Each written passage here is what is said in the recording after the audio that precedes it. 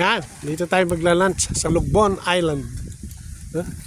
Tingnan mo kung gaano kaganda itong island na ito. See that? Oh, grabe, no? Only in the Philippines. Hindi ka kailangan gumastos na napakalaki. Oo, ganda no. Oo, sobra.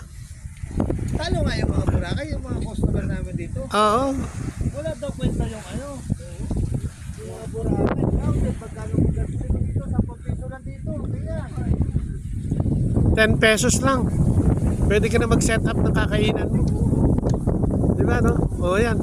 Ayan ang punong abala. Labs, tara! Amen. Galing, ano? Ano yan? Ano sinabi ng Boracay dito? Famous lang yung Boracay because of sa commercial, ano? Promotion, no? Pero kung ganda ang labanan, ito. White sand. Ayun, tama, nakatapak, oh. Pinong-pino, buhangin. Hallelujah. Diba, no? Hallelujah.